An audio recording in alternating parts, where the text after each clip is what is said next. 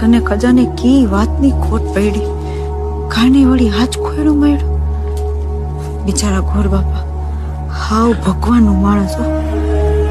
મોટાને તો માનું મોટું મોઢું જોવાનું નસીબમાં નહીં હોય.